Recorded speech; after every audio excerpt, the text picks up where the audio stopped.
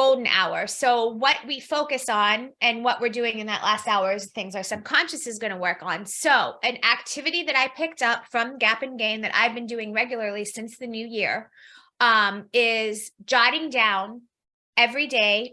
I'm usually in bed. Sometimes I'm downstairs still, and I will jot down. I actually use my Remarkable. So we've talked about this in prior episodes. It's a little electronic notebook, but I'll jot down, I have the date, and then I write down 3 wins from the day, a reflection. So like something just to reflect on the day, and this is not gratitudes. This is things that you were productive on, or things that you needed to get, like wins.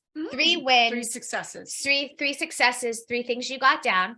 And then on the other side, or right next to it, 3 wins that you expect to complete the following day. And that's the key, because then you go to sleep and your brain is already now starting to think about that next day and what you're going to achieve, or what you're going to accomplish, let's say. It's great. So it gives me an opportunity to sit and think through my day, the next day, and what are the 3 most important things that I need to get done in that day.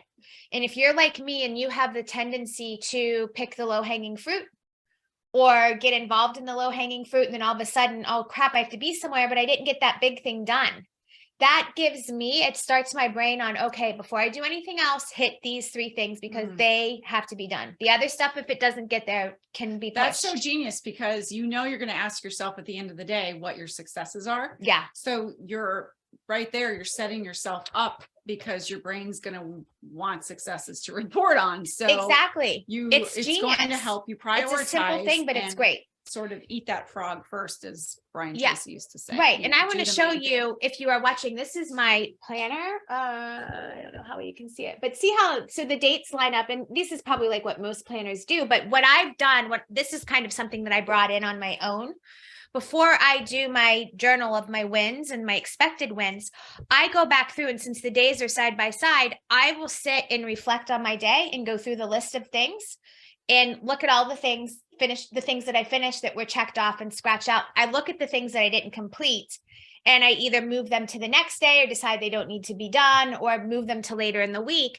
Now I've reflected on the day. I know what's coming up the next day. I've got an idea for the rest of the week. So when I go into my wins, that's all been sort of put together for me. And it's been a game changer for me. It's a simple thing. It doesn't really take more than even 5 minutes. But it just helps me stay focused and be more productive with my day. That's great. Yeah, it's been really helpful for me.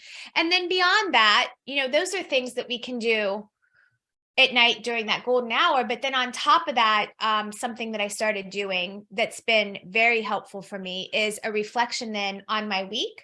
So like then when Sunday night hits, I don't typically do it Saturday, because usually we're doing something fun, but Sunday I'm ready to like start to head into the week. So Sunday night, I add on to that. I have a section in my planner where I reflect on the week. Here's the things that went really well through my week. Here's where I fell short, or some things that I wanted to do that I didn't get to. Or another example is, you all know, if you've been following us, my word for the year is punctuality. I've fallen short on that. I don't want to talk about it because I have a bet with your husband, but I need to, this was a little off. I need to add this in. It's just a good way to reflect on everything that's happened. Keeping you on track. Yeah. And then I go through and do that for the month. Wow. I've been doing it at the end of each month. And honestly, it might sound like a lot and I can't be bothered, but it really doesn't take that long. And it really helps me, once again, to just, I find we're not even halfway through this year, but I just started it this year. And it really helps me. Love it. So when I have a list with each month, just like I have my list of things I want to do in the day and the week, the beginning of each month, I have a list of things I want to get done through the month. So at the end of that month, when I reflect, I go through that list. Okay, what did I get done? What didn't I? What do I don't care about or want to do anymore? What do I need to move to the next month, or maybe the month after? And because I think we've all been, correct me if I'm wrong, or if you've experienced this, you have some goals or things that you want to do. And it might not be big stuff. It just might be I'll give you a simple example.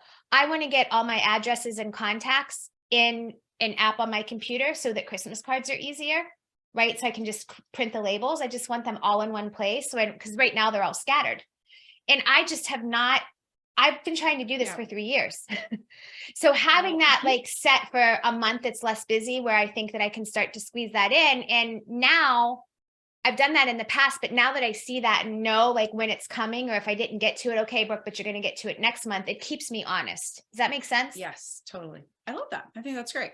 And I don't think it's overwhelming. I think if it's something that you look throughout the day, when you get to the end of the day, it's pretty obvious, probably. Oh yeah. Right? Daily, it's very obvious. Yeah. But on a bigger scale, even that weekly reflection and the monthly reflection, it just, for me, it's been really good. It's been a game great. changer, and it's a simple thing. So when I was